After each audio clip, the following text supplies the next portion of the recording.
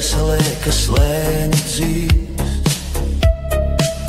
Kad reiz es elpoju tevi, bet tagad elpa klusumā izgaist.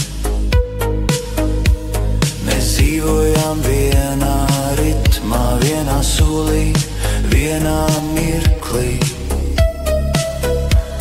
Tagad pelēks dienas klājas sirdi kā putekļi, un nekas vairs nerāda ceļu atpakaļ. Strīdi un klusums mūs lēnām izdzēsa. Kaut kur pa ceļam mēs kļuvām sveši. Es skatos tevī, bet nekā vairāk nav. Ne prieks, ne sāpes, tikai izdedzis laukums starp mums. Tavas dīvainības, ko reiz kā dārgumus glābāju, tagad ir tikai tukšas čaulas, un tu esi svešākā no svešiem.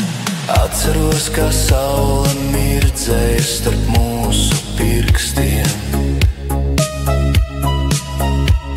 kā smiekli peldēja gaisā, viss likās īsts un dzīvs.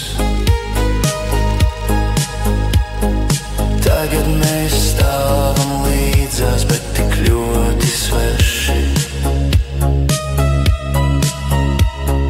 Mīlestība nemirst skaļi, tā vienkārši izdziest, ka tai nepietiek spēka. Mēs mēģinājām klusumā slēpties, bet klusums mūs aprija. Es skatos tevī, un man vienalga, vai tu raudi vai smaidi. Sajūtas ir prom, kā aizvējš pēc vētras. Tas, kas reiz kvēloja, tagad ir pelni bez siltuma. Un tu esi man viss tālākā no tiem, kurus nekad nepazinu. Varbūt tas bija likums, ne visi stāsti paliek dzīvot. Dažkārt mīlestība mirst, nevis no naida, bet no klusa noguruma. Es skatos tevī, un man vienalga, vai tu raudi vai smējies.